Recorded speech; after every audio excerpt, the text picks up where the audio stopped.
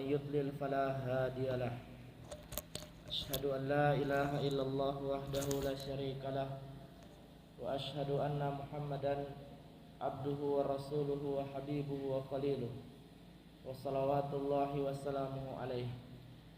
قال الله جل جلاله في كتابه الكريم أعوذ بالله من الشيطان الرجيم يا أيها الذين آمنوا اتقوا الله حق تقاته ولا تموتن إلا وأنتم مسلمون. Faya ibadallah usikum wa nafsi bittaqwallah faqad fazal muttaqun. Jamaah salat maghrib yang semoga senantiasa diberkahi oleh Allah Subhanahu wa taala, kita kembali memanjatkan puji dan syukur kita kepada Allah Subhanahu wa taala atas segala nikmatnya. Dan nikmat itu ada dua, ada nikmat duniawiyah, ada nikmat ukhrawiyah. Nikmat dunia adalah nikmat yang Allah berikan berupa materi, kesehatan, dan ini wajib disyukuri. Dan nikmat ukhrawiyah adalah nikmat yang lebih besar daripada sekedar nikmat duniawiyah. Ya. Yang Allah Subhanahu wa taala mengatakan falyafrahu huwa khairum mimma yajma'un. Kalau kalian dapat nikmat itu, berbahagialah. Itu lebih baik daripada yang kalian mampu kumpulkan semuanya. Kalau kita mampu kumpulkan nikmat dunia ini sampai kebeli ini bahodopi, itu tidak bisa menandingi nikmat dikasih hidayah oleh Allah Subhanahu wa taala. Ada orang yang punya jasa dalam Islam, menolong Nabi, menjadi tameng ketika orang-orang ingin menyakiti Nabi. Bahkan kerabatnya Nabi punya jalur yang dekat dengan Nabi, tapi tidak dikasih hidayah. Siapa itu? Abu Thalib. Siapa itu? Anaknya Nuh. Siapa itu? Istrinya Nuh, istrinya Lut, bapaknya Ibrahim. Tidak dikasih hidayah oleh Allah Subhanahu wa taala.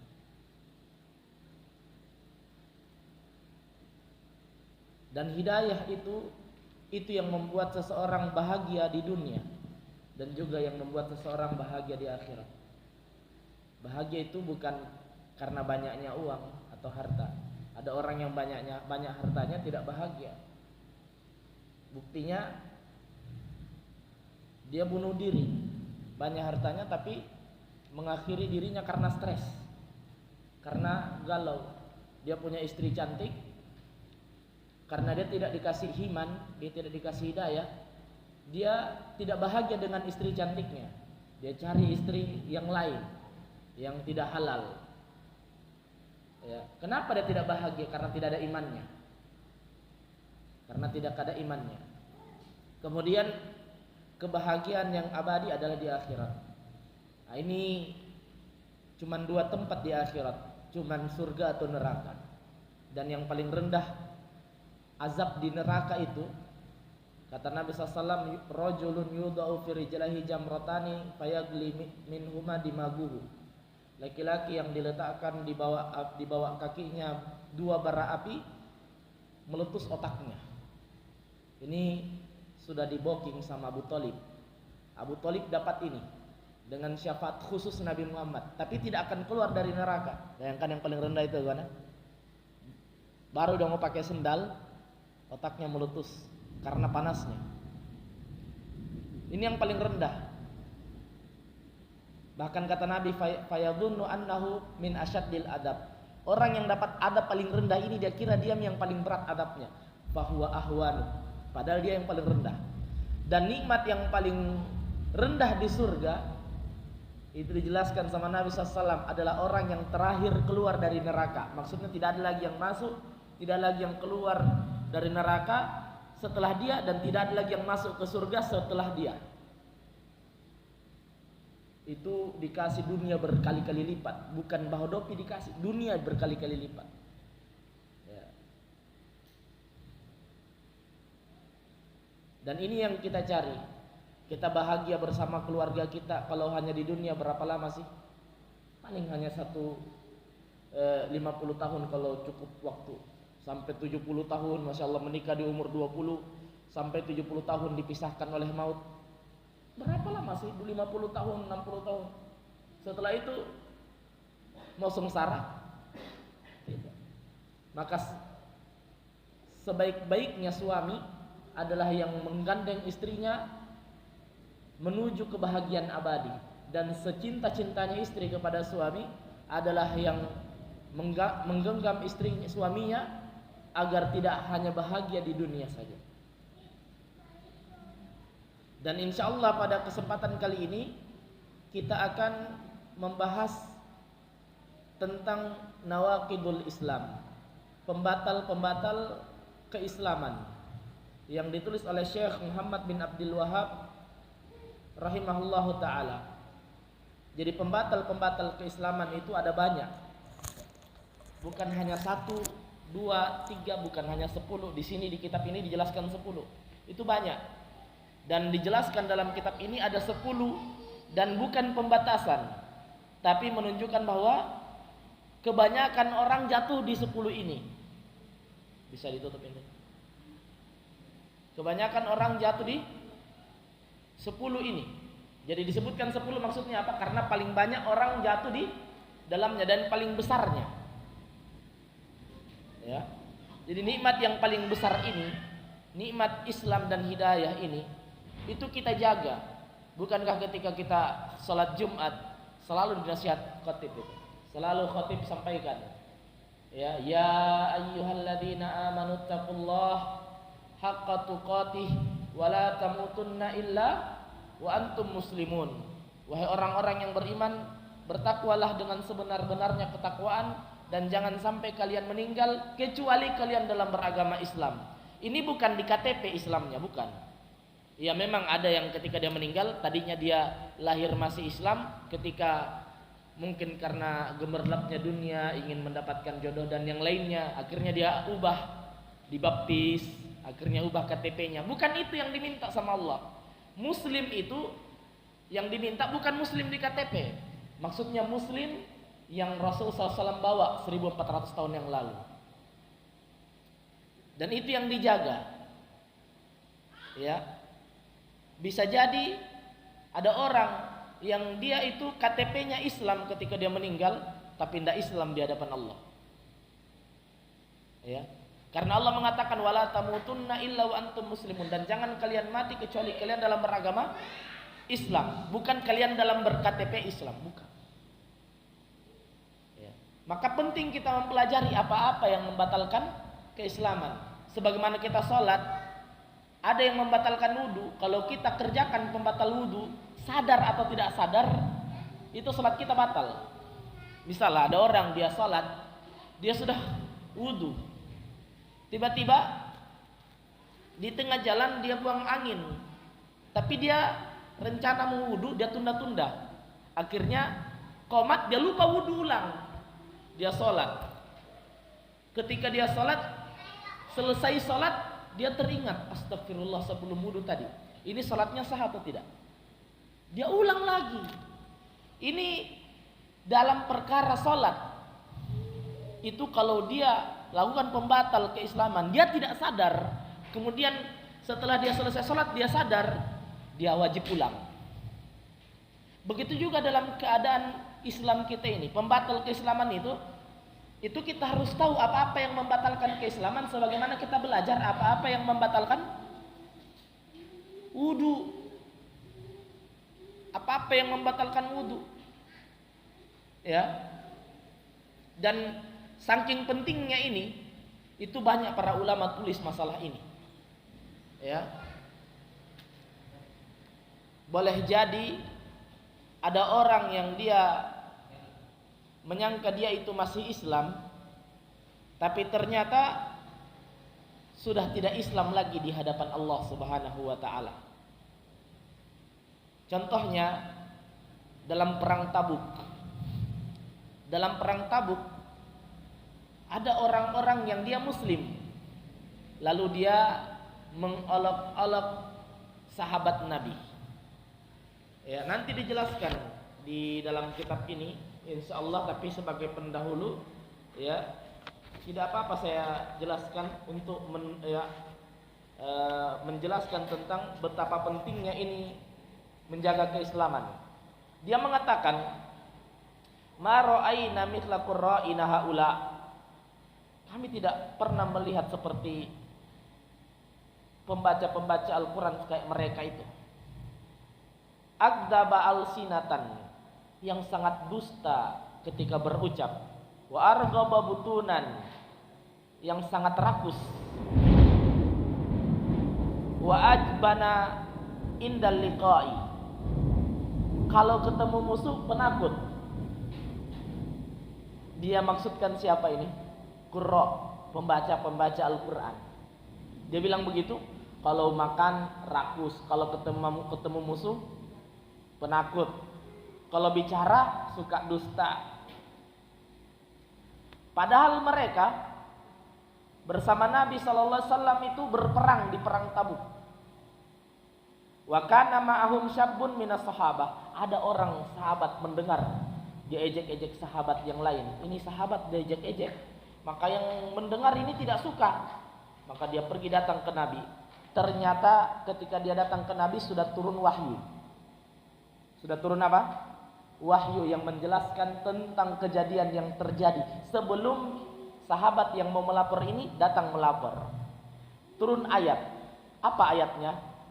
Wala in sa'altum la yaqulunna innama kunna nakhudu wa nal'ab.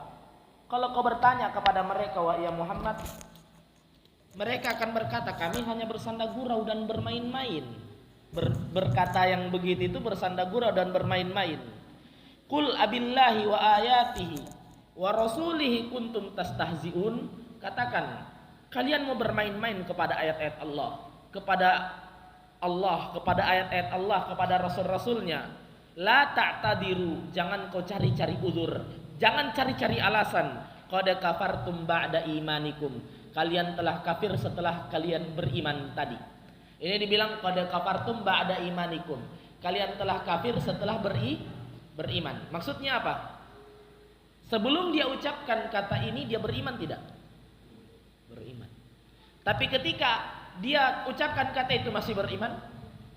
Seandainya tidak turun ini ayat, mereka mungkin tidak tahu sampai mati kalau mereka telah kafir. Kalau di zaman sahabat ada ayat turun. Kalau di zaman kita tidak ada. Kita cuma diminta pelajari yang pernah turun 1400 tahun yang lalu. Ya. Jadi betapa banyak orang yang sekarang ini dia main-mainkan agama, terus dia merasa muslim. Padahal dulu ada yang sempat bilang begitu kepada penghafal Quran, kalau ketemu musuh penakut. Kalau ketemu makanan rakus, kalau bicara suka dusta. Ini langsung dikafirkan dari langit. Ya. Orang mau kemana mas? Ke masjid. Dia tidak sholat. Dia bilang titip salam ya sama malaikat. Nih, kalau pembatal keislaman yang lain itu terkadang masih dikasih udzur. Misal dia itu mungkin ada jatuh dalam pembatal keislaman, dia pakai jimat mungkin, atau dia bertanya ke dukun. Tapi dia ini orang baru masuk Islam, belum ketemu ustadz yang jelaskan itu. Apalagi dukun yang dia tanya itu kayak ustadz. Tidak ada ustadz, dia baru masuk Islam 1 hari. Tiba-tiba yang udah ketemu yang pecinya besar, ya dukun. Ini bisa dikasih udzur kalau belum ada yang jelaskan sama dia. Tapi masalah mengolok-olok agama enggak ada udzurnya. Karena anak kecil yang sudah mumayyiz, dia sudah bedakan ini batu, ini kurma, ini api, ini air. Itu mengejek Allah dan Rasulnya, itu tidak perlu dijelaskan di meja taklim. Semuanya orang tahu itu tidak boleh. Itulah kenapa Allah tidak tanya kau serius atau tidak, kau main-main atau serius atau bercanda. Allah tidak tanya, langsung Allah kafirkan kan? Karena kenapa? Karena siapapun dia, bahkan orang kafir sendiri pun dia tahu itu muslim tidak boleh dah hina agamanya.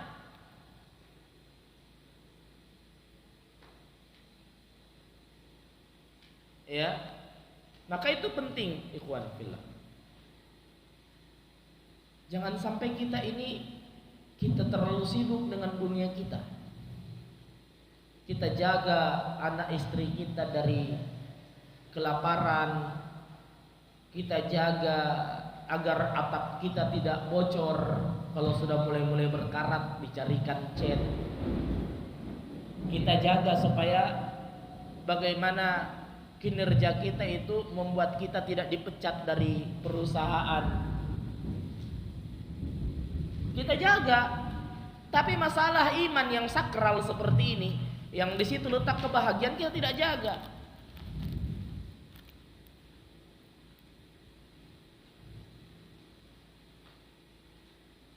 Jangan sampai seperti itu. Ini nikmat yang sangat besar, ikhwan, nikmat yang sangat besar. Di sini disebutkan 10. Padahal banyak sekali, tapi disebutkan 10 itu yang paling bagus, yang paling luar biasa.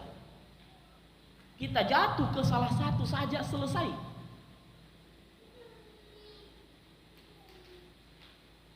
Oleh karena itu,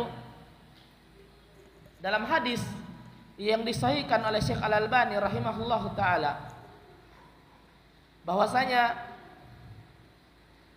lau anna rajulan yujarru ala wajhi min yaumi wulida ila yaumi yamutu hariman fi mardatillahi azza wajal la haqqarahu yaumal qiyamah. Ini hadis riwayat Ahmad. Rasul sallallahu alaihi wasallam bersabda, seandainya seorang hamba disungkurkan wajahnya sejak dia lahir sampai dia mati dalam keadaan beribadah kepada Allah, sujud, tersungkur sujud. Di sini dikatakan yujar naibul dengan fi'il majhul. Artinya Allah yang buat dia beribadah dari ketika yaum wulida, ketika dia baru dilahirkan, ila yaum yamut, sampai dia mati. Kerjanya apa? Ibadah. Dia ibadah. Mungkin taruhlah dia hidup 70 tahun. Kerjanya apa? Ibadah. Ya. La haqqarahu yaumal qiyamah. Ketika dia ketemu Allah di hari kiamat, ketika dia nanti melihat amalannya di hari kiamat, dia akan meremehkan amalan yang dia kerjakan selama 70 tahun non-stop tersebut. La haqqarahu, dia akan remehkan, dia akan anggap kecil sekali, menyesal dia. Padahal amalnya, hidupnya cuma apa? Untuk ibadah. Tapi la haqqarahu yaumal qiyamah, dia anggap kecil, aduh sedikit sekali amal saya, kurang lagi dia. Ini disampaikan sama Nabi SAW, harusnya jadi perenungan bagi kita. Ya, hidupnya tidak henti dengan ketaatan yang begitu banyak, dia rasa kecil, dia rasa sedikit. Dan dikuatkan juga dalam hadis, ketika orang-orang itu menanti dihisab, ketika matahari didekatkan 1 mil kepada manusia, lalu manusia berkumpul pergi ke nabi-nabi Allah untuk minta supaya berdoa kepada Allah disegerakan hisab. Dia datang ke Nabi Adam, dia datang ke Nabi Nuh, dia datang kepada Nabi Musa, Ibrahim, Musa, Isa, minta akan kepada Allah supaya segerakan hari perhitungan. Merasa berat sekali ini itu di padang mahsyar. Apa yang terjadi? Ternyata para nabi semuanya itu menolak. Masing-masing nabi menyebutkan udzur mereka. Mereka tidak bisa. Mereka malu pernah berdosa. Nabi Musa pernah pukul orang meninggal. Dia tidak niat membunuh, dia cuma niat menyelamatkan orang dari kezaliman. Tapi meninggal. Itu pun sudah dimaafkan sama Allah. Itu pun tidak sengaja, itu pun niatnya untuk menolong kezaliman. Dia jadikan itu udzur untuk malu meminta kepada Allah pada hari itu. Langsung tidak berani berdoa kepada Allah karena apa? Karena dosa itu. Tapi satu kesalahan itu sudah diampuni, tidak disengajakan. Sampai seperti itu. Maka apa yang kita banggakan? Apa yang kita banggakan? Kalau Nabi Musa pernah pukul orang, meninggal tidak sengaja, niatnya untuk menolong kezaliman, dari kezaliman, dan sudah dimaafkan sama Allah, tidak berani berdoa. Merasa apa? Hari itu betul-betul berat. Apa yang kita banggakan? Ini menunjukkan bahwasanya kita tidak bisa masuk surga dengan apa? Amalan kita. Kita hanya masuk surga dengan rahmat Allah. Dan kita tidak tahu amalan apa yang membuat Allah mencurahkan rahmatnya kepada kita. Kita tidak tahu. Mungkin itu amalan kecil, ya, tapi menjadi sebab Allah berikan rahmatnya kepada kita. Mungkin hanya sekedar menerobos hujan, basah sedikit, Allah curahkan rahmatnya. Mungkin hanya sekedar duduk-duduk di sini. Sudah saya jelaskan pekan lalu tentang hadis Nabi SAW Bukhari Muslim, di mana malaikat mencari majelis-majelis zikir. Lalu ketika malaikat naik ke atas, Allah tanya, min aina ji'tum? Dari mana kalian? Kata malaikat, Allah itu tanya tapi Allah Maha tahu. Kata malaikat, dari majelis zikir. Mereka memujimu ya Allah. Mereka pernah melihatku, kata Allah. Enggak, mereka belum pernah melihatmu ya Allah. Mereka pernah melihat surgaku? Belum, mereka belum pernah lihat surgamu ya Allah. Mereka pernah melihat nerakaku? Belum ya Allah, mereka belum pernah melihat nerakaku. Apa kata Allah?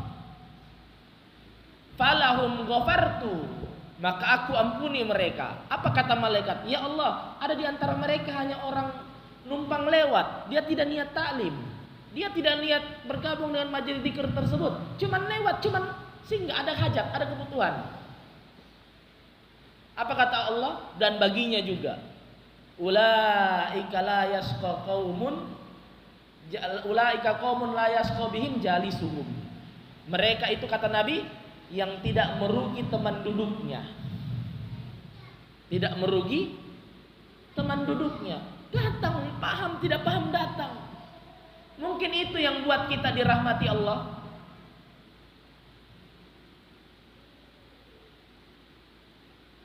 Kita tidak tahu. Bahkan kata para ulama, jangan sampai kita remehkan majelis taklim. Bisa jadi kita datang ke majelis taklim, kita dapat satu faedah, yang faedah itu cukup masukkan kita ke dalam surga. Maka bersyukur ketika kita dimudahkan langkah kaki kita ke majelis-majelis taklim. Tidak ada, ini kecil amalan kita. Jangan antum bilang, ya Ustaz, datang basa-basa. Kecil ini, kecil. Dibanding apa? Dibanding orang yang dari lahir, kata Nabi, kemudian sampai dia mati, kerjanya ibadah, pas di hari kiamat, lahaqarahu yaumal qiyamah. Dia lihat amalannya, astagfirullah, kecilnya amalanku. Seperti itu. Maka kita bersyukur. Jangan sampai kita yang sudah semangat ini, semangat itu, nikmat itu ditabut sama Allah Subhanahu wa taala. Oleh karena itu orang-orang yang bagus ilmunya, Allah puji dalam surat Al-Imran, awal-awal surat Al-Imran. A'udzubillahi minasyaitonir rajim. Rabbana la tuzigh qulubana ba'da idh hadaitana wa hab lana min ladunka rahmah innaka antal wahhab. Orang-orang yang rasikhun dalam ilmu itu mereka berdoa kepada Allah, ya Allah, jangan Engkau palingkan kami setelah Engkau beri hidayah kepada kami. Curahkanlah rahmat-Mu kepada kami wahai Zat yang Maha menganugerahi. Ya Allah, setelah Engkau jadikan kami cinta kajian, cinta kepada orang-orang saleh, rindu kepada pengajian, jangan dicabut ya Allah, jangan dicabut. Biarkan kami sampai mati cinta kepada pengajian. Berapa sih umur kita untuk datang ke taklim? Taruhlah kita hidup sampai 70 tahun. Kita taklim itu jalan paling mudah menuju surga. Man salaka tariqan yaltamisu fihi ilman, sahalallahu lahu bihi tariqan ilal jannah. Maka insyaallah pada kesempatan kali ini kita akan membahas ya tentang kitab yang sangat bermanfaat yang disusun oleh Syekh Al-Imam Muhammad bin Abdul Wahhab At-Tamimi rahimahullahu taala. Qala Syekh rahimahullahu taala, i'lam anna nawaqidul islami asyratu nawaqid. Ketahuilah bahwasanya pembatal-pembatal keislaman itu ada 10 pembatal. Ini sudah dijelaskan tadi bahwasanya pembatal-pembatal itu banyak, tapi disebutkan Syekh 10 itu kebanyakannya. Ya, kebanyakannya. Baik. Bismillahirrahmanirrahim. Syekh Shalih Al-Fauzan, insyaallah pada pembahasan ini kita akan bahas syarah yang disyarah oleh Syekh Shalih Al-Fauzan hafizahullah dan juga Syekh Abdul Aziz bin Baz rahimahullahu taala. Nanti akan di-share di grup kitabnya. Berkata Syekh Shalih Al-Fauzan hafizahullahu taala, bismillahirrahmanirrahim. Ini dimulai dengan kata bismillah. Karena itulah yang Rasul ajarkan ketika menulis surat, ketika melakukan perbuatan-perbuatan yang lain. Nabi mau makan baca bismillah. Keluar rumah baca bismillah. Apa keluar rumah? Bismillah tawakkaltu 'alallahi la haula wala quwata illa billah. Masuk rumah baca bismillah. Bismillahi walajna wa bismillahi kharajna wa 'alallahi rabbina tawakkalna. Mau berhubungan baca bismillah. Mau berwudu baca bismillah.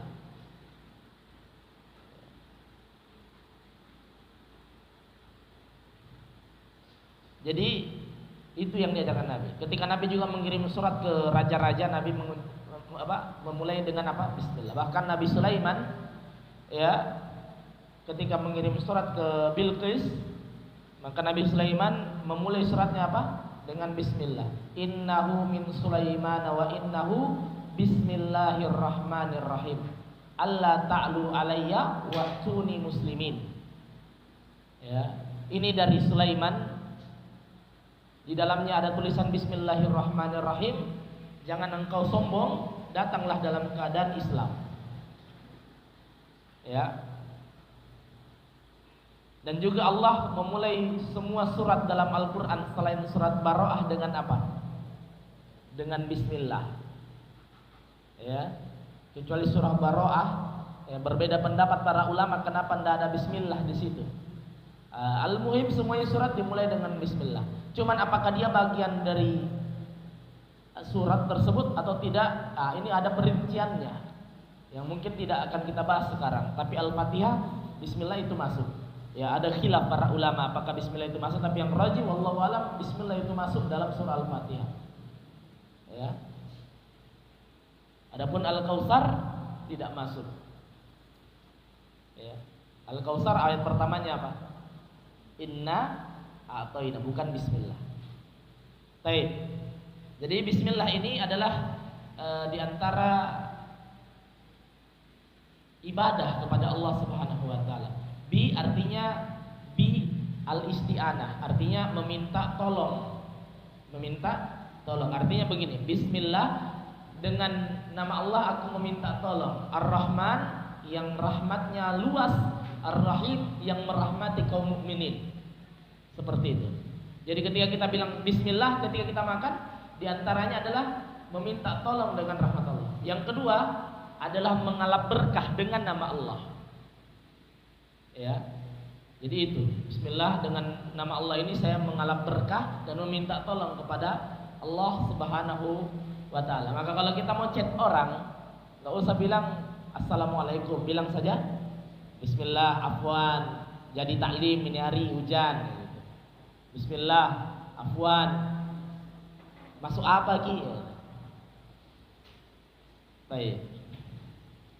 Tapi kalau ada yang bilang assalamualaikum, dia jawab waalaikumsalam. Cuman bagusnya langsung bismillah saja. Karena assalamualaikum itu ketika bertemu. Nabi SAW bersabda, hakul muslim alal muslim sittun idza laqitahu fasallim alaihi.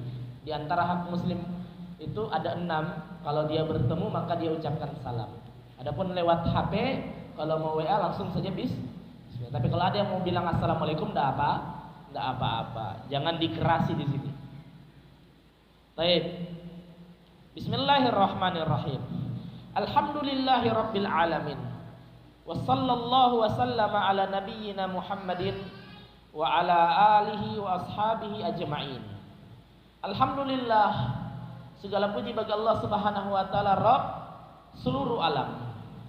Rabb itu adalah yang memiliki semuanya, yang menciptakan yang menciptakan semuanya, kemudian yang memiliki semuanya dan yang mengatur semuanya. Siapa itu? Allah. Ya, Allah yang menciptakan semuanya. Bahkan yang disembah selain Allah itu dia tidak bisa ciptakan lalat. Dhaifat talib wal matlub. Sangat hina orang yang meminta sama mereka dan yang diminta pun lebih hina. Lalat saja dia tidak bisa ciptakan. Padahal Allah ciptakan langit dan bumi, siang dan malam digulir, tidak ada yang terlambat. Tidak ada ketika malam sudah datang, sudah pergi, siang agak-agak terlambat, tidak ada. Kemudian ketika Nabi Shallallahu Alaihi Wasallam bertanya kepada kaum musyrikin saja tahu Tuhannya mereka yang menciptakan semuanya apa? Allah. Maka Rabb itu Allah Subhanahu wa taala. Wassallallahu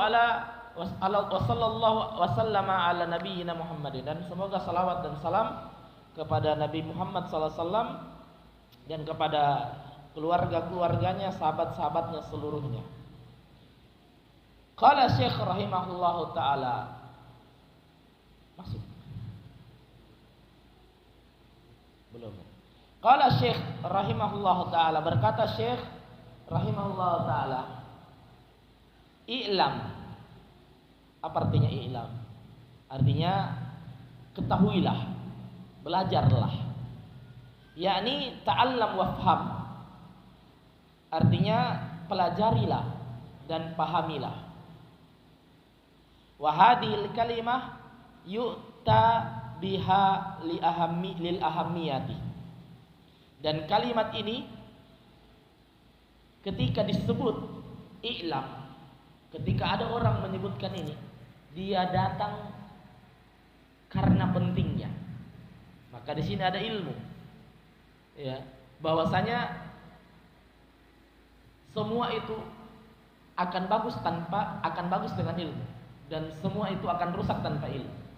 Oleh karena Imam Bukhari punya kitab, dia tulis di antara bab di kitab tersebut, babul ilmi qabla al-qauli wal amal.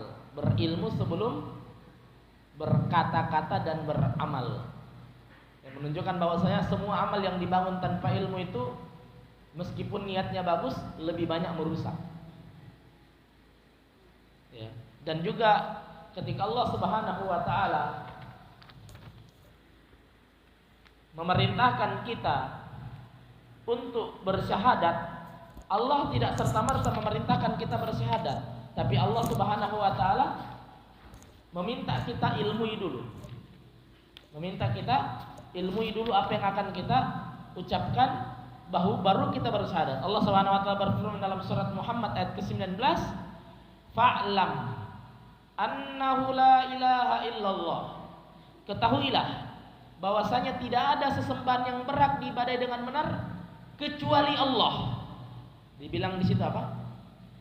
Ketahuilah baru syahadat.